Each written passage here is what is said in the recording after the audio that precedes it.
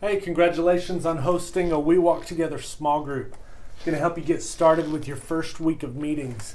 I'll remind you, before your first meeting, be sure you've taken time to pray, to plan, and to prepare. So you pray for the people that are coming, pray for your neighborhood, your coworkers, your friends and family. Plan out who you're going to invite, make a plan for inviting them, share the load of inviting with other people. Preview the material. If you're using the DVD, go ahead and put it in and test it out. Make sure everything works.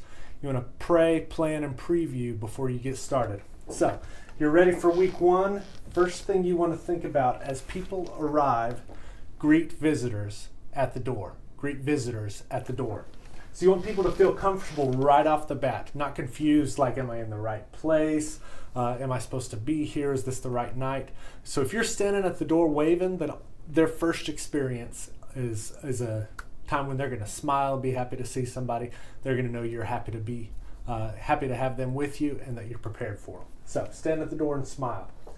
Start 10 minutes after the start time that you advertised. So if you said we're going to start at 6 o'clock, then by 6:10 you need to either be praying for the food. You know, if you're doing a potluck for your first meeting, then by 6:10 for sure you want all the food to be out and you want to say a blessing for the food and go ahead and begin eating. If you're not doing a meal, then you want to have people basically through the snacks, people getting ready to sit down, and at 6:10 you want to say, all right, let's get started. And when you do get started, do a couple of things. One, pass a list like this. It's just an attendance sheet so that you can have a record of who came. You want to be able to contact your people through the week, text them and say thanks for coming, remind them about upcoming meetings, or if anything changes, you need to have a way to get in touch with them. So you can pass that, and you can just say, hey, if I don't have your phone number and email address, I'd love to have it. Whether I have your email address or not, go ahead and put your name on the list so that I know who is here this week. This is important. Sit in a circle on eye level with anybody. Now, if you're part of an existing group, your group may not be used to that, and it may not work for your group, and that's no big deal. It's your call. But this is designed to be a time of conversation, engaging in Bible study together and talking about how it applies together. And I just find that a circle where everybody's on eye level creates such a more engaging environment for conversation. I don't like to use a desk or a podium in front of me whenever I'm speaking. I can just set the discussion guide on one knee, my Bible on the other, or sometimes I'll even set my discussion guide on the floor. So I like to do that just to not have any barriers and to not feel like their job is to listen to me, because I want people to feel like our job is to discuss this passage together and find out how it applies to our lives together. So sit in a circle at eye level, try to avoid the desk and podium. When it's time to get started, this is important because you'll feel nervous when it's time to get started. And you'll be like, what do I say? Well, the good news is it's super easy. All you got to say is, all right, first question. So when you say first question, people are going to confirm, okay, this really is about us talking and not just about the host talking. So you say first question, and you can just read it right out of your guide. You can just say, first question. What is your idea of a perfect Friday night? Read that question, just sit back. You can repeat it. What is your idea of a perfect Friday night? You just want to smile and wait for folks to answer. Now, probably it's going to go about 5 seconds. Nobody's going to say anything. So you'll repeat the question, give it a few more seconds, and then say this. Everyone answers the first question, and it's just for fun. Everyone answers the first question, and it's just for fun. For one thing, they need to know that it's okay that this question doesn't have anything to do with the lesson. For another thing, most people will try to go through the entire group time without ever talking. But if you can get them talking about themselves in an enjoyable way during the first question, then when they have something they want to say later on, they're going to be so much more likely to talk about the meaningful things. So you just say, everyone answers this first question. You can be fun and playful about it. You can just tell people, hey, we want to know. So 2/3 of your group, they'll go around and answer it right off the bat. But the last third or so, you'll have to call them out. You'll have to say, hey, Jake, what do you think?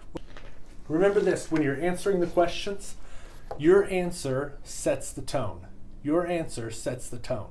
Now that means people will look to you to figure out how long they're supposed to take to answer the question.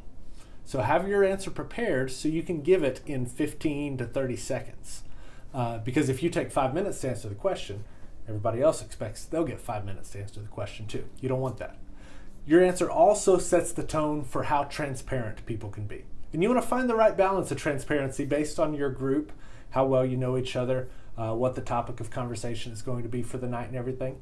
But if people see that you give a question that shows a little bit of vulnerability, then they'll be more inclined to be vulnerable with the group as well. So your answer sets the tone. Here's another thing to remember whenever you're going through this.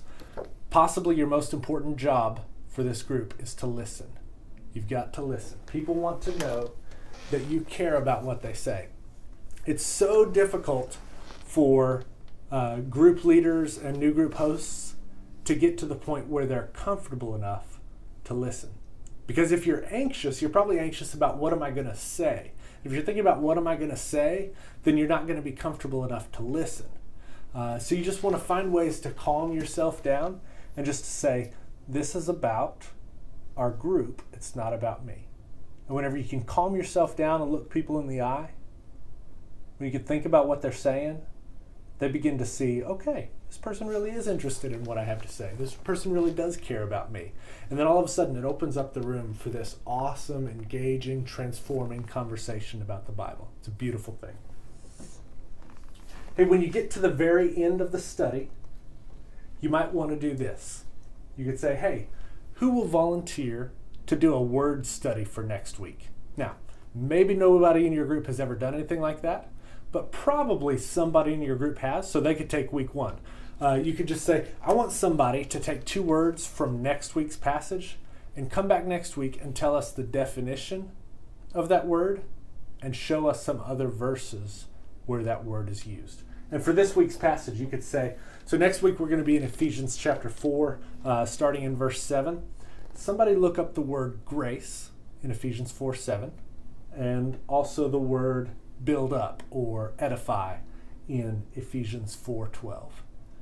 Come back next week and tell us the definition and also show us other verses where that word is used.